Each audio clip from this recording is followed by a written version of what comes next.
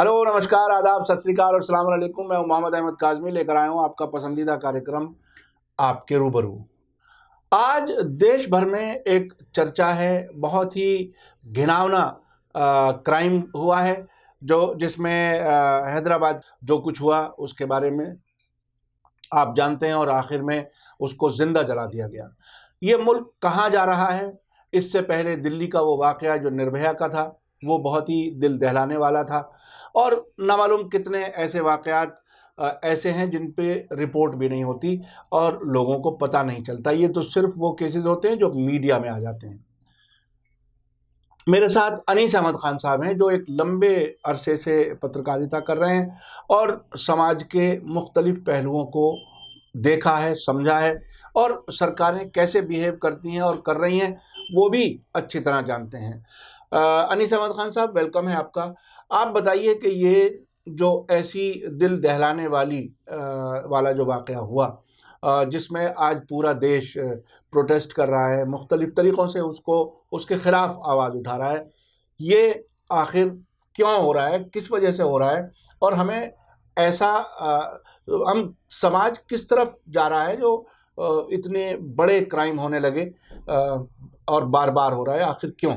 इसके कासिम साहब शुक्रिया बहुत बहुत, आपने जो ये मसला उठाया और इतना कहने चाहिए बर्बर है, ये घृणित हिंदी में जिसको कहते हैं वो है कि इसके ऊपर जितना सोचते हैं उतना ही अपने ऊपर अफसोस होता है कि भाई हम किस दौर में रह रहे हैं कि एक तो नाबालिग बच्चियों के साथ भी होता है और जिसके साथ होता है क्राइम हो रहा है, क्राइम के बाद जलाना और वो भी बर्बरता से जलाना, ये बड़ी अजीब सी बात है। इसके लिए कानून भी बना है लेकिन कानून की वो नहीं है। लेकिन ये इसका एक समाज, हम वो नहीं सोचेंगे कि कानून कैसे बना, कानून में क्या क्या प्रोविजन। सब लोग जानते हैं कि सजाए मौत उसके लिए मुकर्रर कर दी गई है, फास्ट ट्रैक पे कोर्ट में ये जाता है, केस भी जाता है। मध्य प्रदेश में 2 लोगों को या 2 से 4 के बीच में सजाएं भी हुई इसके बाद, लेकिन सजा होने के बाद ये नहीं पता चला कि वो कहाँ गए कहाँ नहीं गए या उनको फांसी हुई, ऐसा कुछ नहीं। क्योंकि हमारे यहाँ कानून ऐसा है कि जो कहा जाता है कि एक निर्दोष या को सजा ना हो, चाहे बहुत से किसी क्रिमिनल छूट जाए, इस तरीके से बात कही जाती है। तो इस तरीके से उसका बड़ा फ़ायदा होता है क्योंकि कई कोर्ट से घूमते हुए वो क्या होता है उसका किसी पता नहीं। निर्भय का भी आपने नाम लिया है, निर्भय के साथ ही। लेकिन इसमें मैं कुछ ऐसे पहलुओं की बात करना चाहता हूँ जो मेरे ख्याल में अभी तक किसी नज़र में नहीं आया। मैं क्योंकि जब और मुख्तलिफ अखबारों में था तो मेरा एक शौक सा था कि ये जादू टोने और झाड़ फूक वालों के बारे में पता करता रहता था कि क्या चीज़ है, कि मैं मानता नहीं चीज़ों को, कतई नहीं मानता कि कोई झाड़ू होता है, ये होता है, ये सब चीज़ें होती हैं। तो मैंने उसमें एक चीज़ देखी कि ये जो बैठते हैं लोग कि पैसा कमाने के लिए, जैसे कोई जाता है कि किसी को कोई बीमारी, बहुत सख्त किस्म की बीमारी है, काजिम साहब तो गौर करने की चीज़ है। तो आप कि ये इस तरीके से किसी नाबालिग लड़की के साथ, नाबालिग मतलब बच्ची के साथ, नाबालिग के साथ, मतलब उसको क्या कहेंगे, पॉवर्टी, हाँ, जिसे कहते हैं, प्योर लड़की के साथ, उसका नाम इससे पहले जो उसके साथ अगर आप अपने ताल्लुकात बनाएंगे तो आपकी ये बीमारियां दूर हो जाएगी। कभी कभी तो ये, मैं लफ्ज़ इस्तेमाल करूँगा, माफ़ कीजिएगा, उसको आप एडिट कर सकते तो कर दे, हरामखोर ये लोग ये भी कहते हैं कि आपको धन भी मिल सकता है इससे और आपकी मन की मुराद पूरी हो सकती है। इस तरीके की बातें उनके दिमागों में डालते हैं, उससे अच्छा, ये धर्म के नाम पर अधर्म करते हैं। ये देखिए, ये बहुत ही तकलीफ दे बात है कि आम तौर पर लोग सोचते ये हैं कि धर्म ने ऐसे रास्ते बताए हैं, लेकिन असल में ये ऊपर वाले से दूर ले जाने वाले लोग और क्राइम की तरफ समाज को ले जाने वाले लोग होते हैं। आप देखिए बड़ा एक जोर आया हुआ है दिल्ली में भी, आप देखते होंगे स्कूटर्स में जो 3 व्हीलर्स है और लेटरिन जो बाथरूम जाइए पब्लिक टॉयलेट में, वहाँ पे लगे रहते हैं कि बाबा रंगीले 7 ताले तोड़ 7 समंदर पार कर और आपकी मुराद पूरी होगी, फलाना होगा और आपका प्यार कामयाब हो जाएगा, हमारे पास आइए बाबा बंगाली के पास, बाबा कोई भी हो सकता है। उन लोगों का पैसा भी होता है, इनका एक रैकेट है बहुत बड़ा। तो ये लोग इसको सजेस्ट करते हैं अक्सर, और वो लोग करते हैं क्योंकि मैंने खुद देखा, मैंने खुद उसको हुआ और घृणित काम है। मैंने इसकी शिकायतें भी की है लेकिन क्या कर सकते, कोई प्रूफ नहीं होता। एक ज़माने में जब मैं देखता था और जब अखबार में तो शुरू से रहा हूँ तो मैंने कुछ DCPs वगैरह से बाद में चर्चा भी की, बोले यार इनका कोई सबूत नहीं होता। आप जानते हैं कि सिस्टम कितना ढुलमुल है, क्यों पड़ा किसी के हाथ में, और जो ऐसा इलीगल धंधा करते हैं पैसा जिस सिस्टम में ये कह दिया जाए कि अभी तक हमारे पास शिकायत नहीं आई तो हम क्या कुछ करें तो वो सिस्टम कैसे ठीक हो सकता है। और इसके साथ ही दूसरी बात है कि अब जो इसको पॉलिटिकल पैट्रोनेज भी बहुत मिलने लगा है। जिस तरीके से अभी जो रिसेंट हैदराबाद में केस हुआ है, हम उस लड़की का नाम भी नहीं लेंगे, बच्ची का नाम नहीं लेंगे, क्योंकि मुझे बुरा लगेगा नाम लेना। और उसके साथ ये हुआ कि जब उसके साथ रेप हुआ, जना हुआ और उसको जला के मार दिया गया, तो एकदम से सोशल मीडिया में हो गया कि एक मुल्ला, लफ्ज़ मुल्ला करके हुआ कि उसने माला। फिर कुछ घंटों बाद फेसबुक वगैरह में आना शुरू हुआ कि मोहम्मद दा रेपिस्ट, पता लगा कि वो जो पकड़ा गया उसका नाम मोहम्मद समथिंग था, तो आने लगा ये शो कर किया जा रहा था कि मुसलमानों ने इसका रेप किया। क्योंकि एक इसके पहले भी एक केस हुआ था कश्मीर में, आपने जम्मू में, तो उसमें भी चूंकि वो किसी भी, मैं ये नहीं कहूँगा कि हिंदू मंदिर में हुआ, कहाँ हुआ, कैसे हुआ, लेकिन जिन लोगों ने किया था वो गलत किया था, लेकिन उसको टर्न नहीं दिया जा रहा था कि वो मुसलमान लड़की है लिहाजा ऐसा है वैसा तमाम तरीके से। और वहाँ सिटिंग गवर्नमेंट के लोग मिनिस्टर सपोर्ट करने के मिनिस्टर्स आए झंडे लेके, तिरंगे झंडे लेके। अब जिस पॉलिटिकल सिस्टम में रूलिंग क्लास के लोग इस गुनाहगार के साथ खड़े हों, उस समाज में, उस मुल्क में कैसे ये खराबी दुरुस्त हो सकती है, ये बहुत गौर करने वाली। आप ये देखिए कि उसको एक हिंदू मुस्लिम टर्न देने से क्या फायदा था। और बाकायदा फेसबुक पे आने का मतलब है कि जो पढ़े लिखे और क्रिमिनल तो क्रिमिनल है, वो किसी भी मजहब का हो, और मजहब कोई क्राइम नहीं कराता है। क्रिमिनल तो एक जहनियत का नाम। अब देखिए वो क्रिमिनल था, वो मुसलमान था, उसने शराबें भी पी और वहाँ पे सारा कुछ कुकर्म किया। तो इस तरीके से कई चीज़ों से लोगों की हिम्मत बढ़ जाती, पॉलिटिकल पैट्रोनेज हुआ। और दूसरी बात, एक इसमें सबसे बड़ी बात जो मेरा ऐतराज़ है कि आपने उसके लिए एक कानून बना दिया, निर्भया के बाद एक कानून बना जो फास्ट ट्रैक में जाएगा, उसमें सजाए मौत की भी आपने गुंजाइश छोड़ दी। लेकिन आप ये देखिए कि सजाए मौत की तो आपने गुंजाइश छोड़ दी, तो उसके बाद आप देखिए कि ज़्यादातर ऐसी घटनाएं होने लगेंगी कि वो रेप करते हैं और मर्डर कर देते हैं। अभी इसके बाद यानी कोशिश ये होती है कि गवाह बाकी ना रहे और एविडेंस की वजह से। अभी जो राजस्थान में भी एक बच्ची के साथ हुआ है, स्कूल की बच्ची थी, 6th क्लास वगैरह पढ़ती थी, तो उसके साथ रेप किया गया, उसका बेल्ट से गला घोंट दिया गया। अब होता क्या कि इसमें जो लोग पकड़े जाते हैं शक की बुनियाद पे छूट जाते हैं, क्योंकि कोई प्रूफ नहीं, क्या प्रूफ करेंगे उसके साथ। जी बिल्कुल। तो अभी आप देखना 4-5 जो है हैदराबाद पकड़े गए हैदराबाद में, ये छूट जाएंगे, वो प्रूफ तो दे ही नहीं सकते। हमारे यहाँ ये कि सबूत, वो एक डायलॉग है ना, तारीख पे तारीख के बाद मामले गड़बड़ हो जाते हैं, वो खत्म हो जाता है। लिहाजा इन चीज़ों पे आपको गौर करना पड़ेगा। एक तो ऐसे कानून बनाने से अगर हर चीज़ सही हो जाती काजिम साहब, तो चोरी भी बंद हो जाती, डकैती भी बंद हो जाती, हर चीज़ बंद हो जाती। अच्छा, कुछ लोगों का कहना यह है कि कुछ जिस तरह से कुछ मुस्लिम मुल्कों में फौरन मौत की सज़ा देने का प्रोविज़न है, ऐसा कुछ हो जाए। और एक मेंबर पार्लियामेंट ने, लेडी ने तो ये कह दिया कि पब्लिक के साथ यानी मॉब लिंचिंग के लिए उसको दे देना चाहिए। क्या सोल्यूशन क्या है? सोल्यूशन अब ये तो नहीं है, क्योंकि आप ये देखिए कि जब निर्भया कांड हुआ था तो इसी तरीके से बातें आई थी। और एक तरफ तो आप उस कानून को, जो इस्लामिक कानून है, वो सनद कानून है कि गला काट दीजिए, हाथ काट दीजिए। गांधी जी ने भी कहा कि आँख के बदले आँख, तो मालूम हुआ कि किसी ने आधे से ज़्यादा हमारा भारत देश काला सा हो जाएगा, इस तरीके से बातें हैं। लेकिन इसका क्या सॉल्यूशन है ये?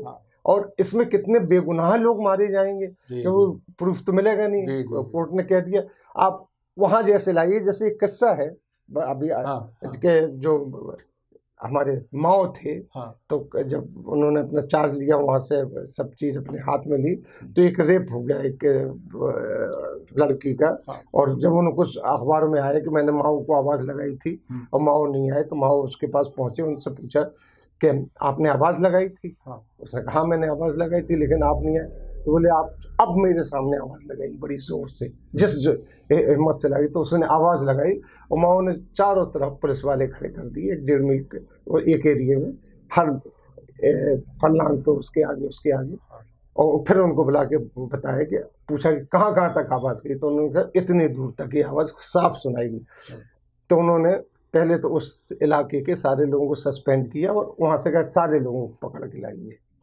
पकड़ के लाके उन्होंने उसी में से निकाल लिया। यानी जो ढूंढ के निकाला उन्होंने। इस तरीके से आपके अंदर वो होना चाहिए, कहना चाहिए कि इच्छा शक्ति, जिसको हिंदी में कहते हैं विल पावर होना चाहिए, जिस कर सके। हमारे यहाँ से पार्लियामेंट में बोल देते हैं, हमारे जो कड़ी निंदा करने वाले हैं, राजनाथ सिंह, उन्होंने कड़ी निंदा कर दी।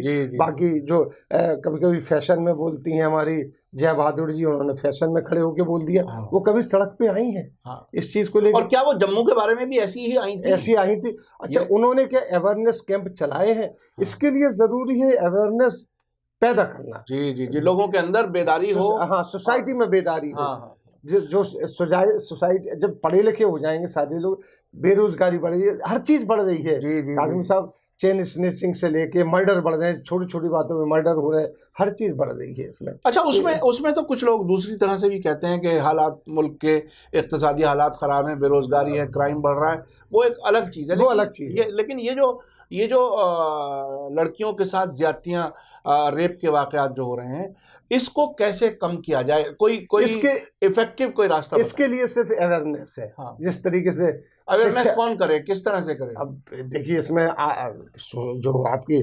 सरकार के अलावा जो एनजीओज होती हैं, कई एनजीओज लगी भी रहती हैं उसमें, लेकिन वो कहाँ तक पहुँचती, क्या पहुँचती, क्योंकि आपने भी देखा, मैंने भी देखा एनजीओज क्या होती हैं, किस तरीके से होती है। उसमें भी हाई फाई लोग, सोशल एक्टिविस्ट हो सकते हैं या रिलीजियस लीडर्स भी हो सकते हैं। बिल्कुल। आप देखिए कि जो मैंने ये बात बताई है, मैं क्या कहीं ये बातें आई हैं, इसके माने वो लोग वहां तक पहुंचे ही नहीं है कि ये मैं उस पर गया था, आखिर होता क्यों है। जबकि एक 6 साल की बच्ची है, उससे ना छोटी सी बच्ची जिसको पता भी नहीं है सेक्स के बारे में, उसके साथ हो रहा है। तो वो ऐसा तो नहीं कि किसी लालच की वजह से, यानी वो ऐसी हो कि वो करा सकती हो, या लालच, तो लालच की वजह से वो लोग ले जाते हैं, टॉफी दे दी। यानी ये जो अंधविश्वास है, अंधविश्वास में जो इन झाड़ पोंछ करने वालों के पास, तंत्र मंत्र करने वालों के पास जो लोग जाते हैं, वहां से भी एक वजह ये भी है। ये हालांकि कुछ लोगों का कहना है कि इंटरनेट हर एक के हाथ में है। वो हमने भी देखा है, गांव देहात में भी अगर आप जाएं तो छोटे छोटे बच्चे रात में आधी रात को एक मोबाइल लेकर के बैठे हैं, कहीं पेरेंट्स का लेकर के आ गए और उसमें न मालूम क्या क्या देख रहे हैं।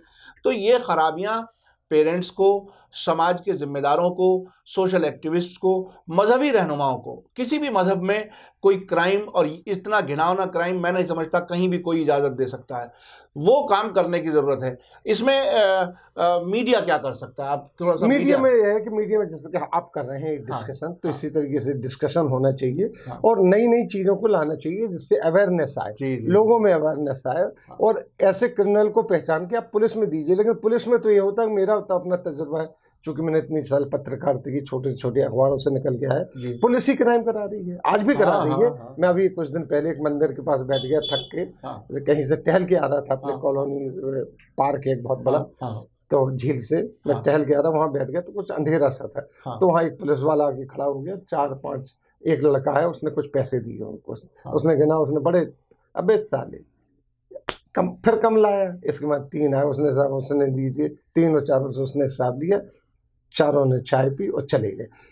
यानी क्रिमिनल्स के साथ पुलिस ने बैठ के चाय पी, नेक्सस है। अब जैसे कहते हैं ना कि जहाँ चोरी होती है तो पुलिस को पहले पता होता है कहाँ चोरी होना है, कैसे होना है। यहाँ पे वो कई लतीफे भी मशहूर हैं कि यहाँ तो पुलिस को पहले पता चल जाता है कहाँ क्या मर्डर होने वाला है, ये सब चीजें हैं। तो पूरी तरीके से एक सोसाइटी में अमूल चल पड़ रहा है। तो इसका सबसे बड़ी बात अब होने लगी, इसको पॉलिटिकलाइज करने लगे, तो पॉलिटिकल पैट्रोनेज मिलने लगा, पैट्रोनेज पूरी तरीके से मिल रहा है, झंडे ले के लोग भाग आते हैं। तो इस तरीके से आप इसको, यानी मतलब बहुत फोर्सफुली आपको लगना पड़ेगा हर जगह। इसी तरीके से डिस्कशन होना चाहिए, डिफरेंट चीज़ें निकल के आए। किसी ने कहा तंत्र वालों के साथ होता है, किसी ने कहा गरीबी की वजह से होता है, किसी ने कहा किस वजह जी जो जी उनको वजह को इकट्ठा करके उन पर बात करना उस पर चाहिए। बात होनी चाहिए। बहुत बहुत शुक्रिया अनीस अहमद खान साहब, आपने इस बहुत ही हसास मसले पर, ज़ाहिर है लिमिटेशंस होती हैं, बहुत सी चीज़ों का नाम कैमरे के सामने लेना मुश्किल होता है, बहुत सी बुराइयों के बारे में ज़िक्र करना मुश्किल होता है। आपने पुलिस का एक वाक़या बताया, और भी वाक़यात अक्सर बताते हैं ज़ाती मुलाकातों में। तो ये एक बहुत ही समाज के लिए एक तरह से बहुत बड़ी बुराइयां हैं, जिनका हमें सबको मिलकर के हल तलाश करना है। इसमें समाजी जो समाज सेवी लोग हैं, जो धर्मगुरु हैं, मौलवी, मुल्ला, पंडित जो भी हैं, या फादर क्रिश्चियंस के यहाँ होते हैं, उनको भी एक तरह से अवेयरनेस पैदा करनी चाहिए, और इस बुराई से समाज को साफ करने की ज़रूरत है। इसी के साथ मुझे दीजिए इजाज़त। धन्यवाद, शुक्रिया। जय भारत, जय हिंद।